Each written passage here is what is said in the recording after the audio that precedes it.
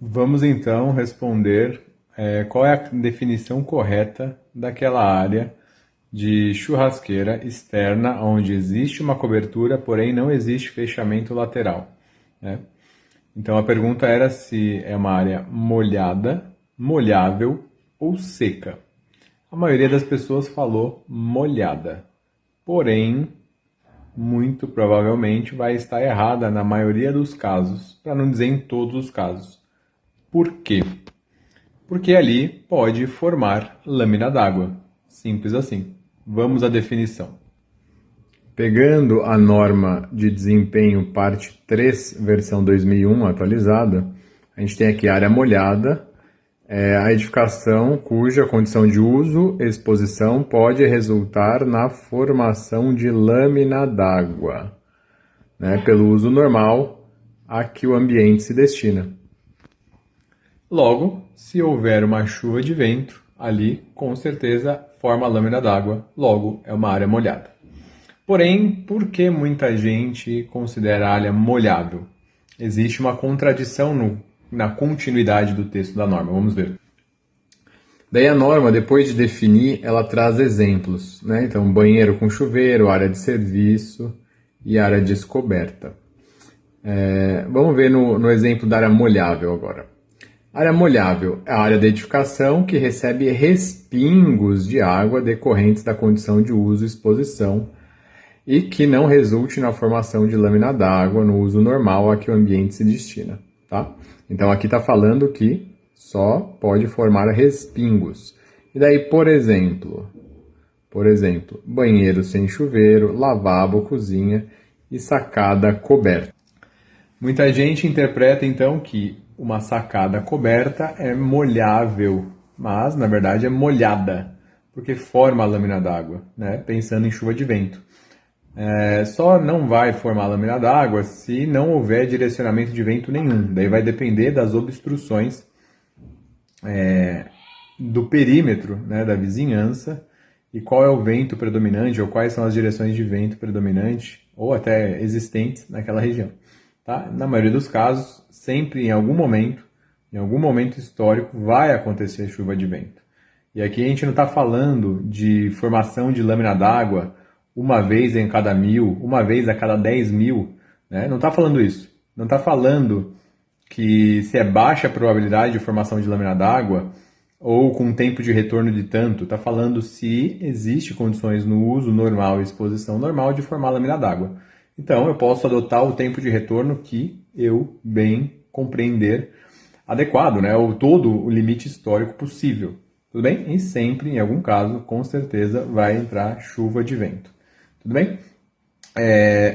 Porém, a contradição que eu mencionei anteriormente está escrito ali na sacada coberta. Então, o exemplo, ele está, em alguma medida, contradizendo a definição. E nunca um exemplo pode contradizer a definição. Se ele contradizer em algum aspecto, é porque ele está errado, certo? Então, o que eu fiz aqui para vocês? Eu indiquei aqui, né, eu marquei a diferença, sim, área molhada, área seca. Então, várias contradições que existem aqui, tudo bem?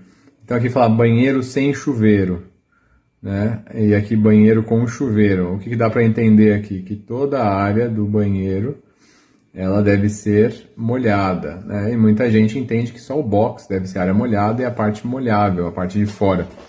Tudo bem? Mas nos atendo àquele caso, a gente está vendo que os exemplos, eles não necessariamente estão associados de uma maneira adequada com a definição, né? Por exemplo, área de serviço. Área de serviço, se eu estiver considerando uma área de serviço aberta, tudo bem, é molhada. Mas se eu estiver pensando numa área de serviço totalmente fechada, ela é molhável, né?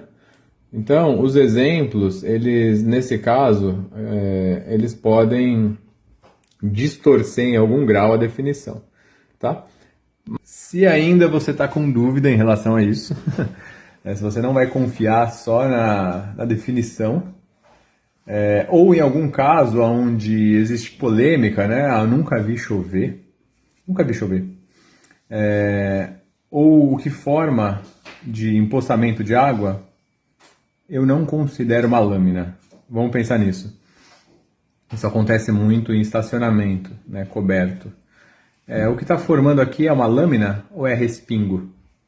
Uma poça d'água é uma lâmina d'água? E daí eu tenho que ir além da definição, porque existe uma limitação na definição. Ela não define o que é lâmina d'água, tá? Ela não define o que é respingo d'água, né? Qual o tamanho, espessura de lâmina, etc. Então, para isso, vamos utilizar a lógica, tá? Por que eu quero dividir os ambientes entre área seca, molhável e molhada? Por quê? Então, vamos lá. Eu resumi aqui a norma e criei uma tabelinha, tá? Então vamos esconder aqui para facilitar a vida de vocês. Então bora lá, a minha também. Eu preciso definir os ambientes para condicionar a existência ou não de alguns requisitos, tá? Basicamente vão ser coeficiente de atrito, estanqueidade e resistência à umidade, não só para o piso, mas também para a parede. Em área molhada, todos os requisitos eles são necessários. Em área seca, todos os requisitos não são necessários, com exceção aqui eu pus depende por causa de rampa e escada, tá? No coeficiente de atrito. Então existe uma zona onde nem tudo é necessário, tudo bem? Na interpretação da norma, não é necessário, em alguns casos, áreas molháveis, coeficiente de atrito, que para mim é contraditório, tá? Deveria ser sim aqui, na minha opinião, tudo bem? Mas, porque um respingo de água já deixa o ambiente escorregadio, né? Mas enfim, tá? Depende, ela condiciona só alguns ambientes, como necessários, atrito, terraço, se eu não me engano. E o principal aqui é o seguinte, esses dois requisitos, né? Área molhável, como ela só recebe respingo, ela não precisa ser estanque, certo? Mas ela precisa ter um acabamento resistente à umidade. Um exemplo que eu gosto de falar muito vamos pensar numa cozinha.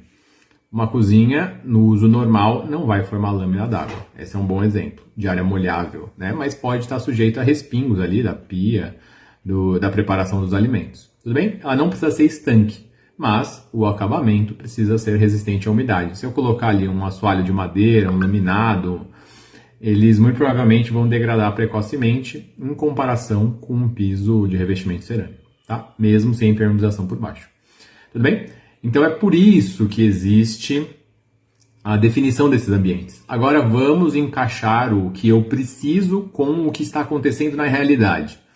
Se na realidade, naquela churrasqueira, estiver formando qualquer coisa de água que esteja infiltrando e comprometendo a estanqueidade, aí ela vai ser encarada como uma área molhada, ok? Qualquer local onde existe a incidência de água e a água atravessa o sistema, gerando algum dano, né, por infiltração, essa área é molhada. Não por definição, necessariamente, porque a gente viu existe uma lacuna, mas por consequência, tá bom? Então, se você nunca tinha pensado nisso, eu vou pedir que você compartilhe esse vídeo com alguém e também deixe nos comentários o que você achou desse malabarismo lógico para enquadramento dos ambientes, não necessariamente por definição ou por exemplos, mas por aplicação, né? Por requisitos necessários que a edificação deve ter. E também, se você quiser analisar a extensão de algum outro requisito, alguma coisa específica, coloque aí nos comentários, né? Eu fiz alguns comentários superficiais em relação ao atrito e só dei o exemplo da churrasqueira. Mas se tiver alguma dúvida, né, em relação ao box do banheiro, se você tem outras dúvidas em relação a caimento, presença de ralo em área molhada ou não, deixa nos comentários aí que eu posso fazer um vídeo para esclarecer para vocês ou tentar fundamentar uma resposta que seja minimamente consistente e coerente. Grande abraço.